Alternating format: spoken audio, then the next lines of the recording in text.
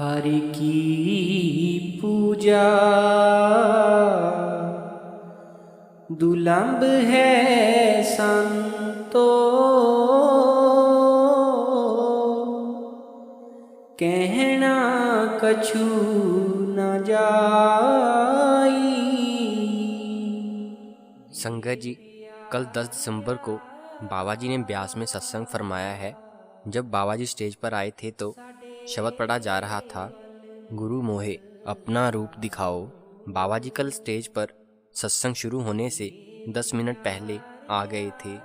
संगत जी, बाबा जी ने कल तीसरी पातशाही गुरु अमरदास जी की बानी हर की पूजा दुलंभ है संतों पर सत्संग फरमाया है।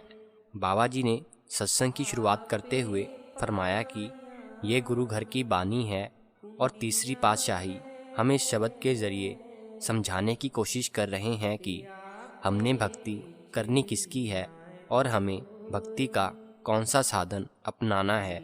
यह ठीक है कि हम सब लोग पाठ पूजा करते हैं, हमारे अंदर मालिक को पाने की चाहत भी होती है, लेकिन जब तक हमें सही युक्ति का नहीं पता चलता तो हम अपने मुकाम को कैसे हासिल कर सकते हैं।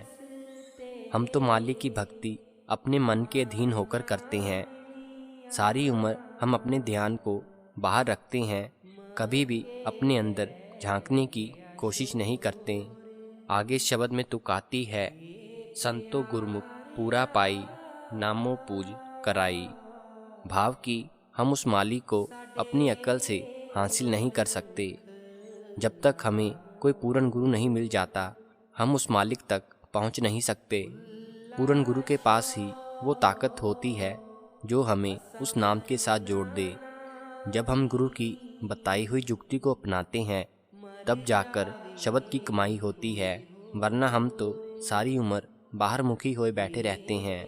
संगत जी, अगली तुक को लेकर समझाया गया कि हर बिन सब किछ मैला संतो क्या हो पूछ चढ़ाई। इस तुक को लेकर सत्संग में बताया गया कि हम आमतौर पर जब किसी रिश्तेदार के घर जाते हैं तो हम सोचते हैं कि हमें खाली हाथ नहीं जाना चाहिए, कोई ना कोई तोहफा लेकर जाना चाहिए। ऐसे ही हमने जब मालिक को कुछ भेंट करना है तो क्या भेंट करना है। कोई पैसे चढ़ा देता है, कोई कपड़े और कोई भोजन। क्या मालिक इन सब चीज़ों का भूखा है? ये चीज़ें तो मालिक की ही दी हुई हैं। क्या हमने मालिक की दी हुई चीज़ें ही उसे वापस कर देनी हैं? सत्संग में आगे फरमाया कि हम समझने की कोशिश नहीं करते। अगर मालिक को हमने कुछ भेंट करना है तो अपनी अवगुण भेंट करने हैं और अपनी मैं और मेरी भेंट करनी है।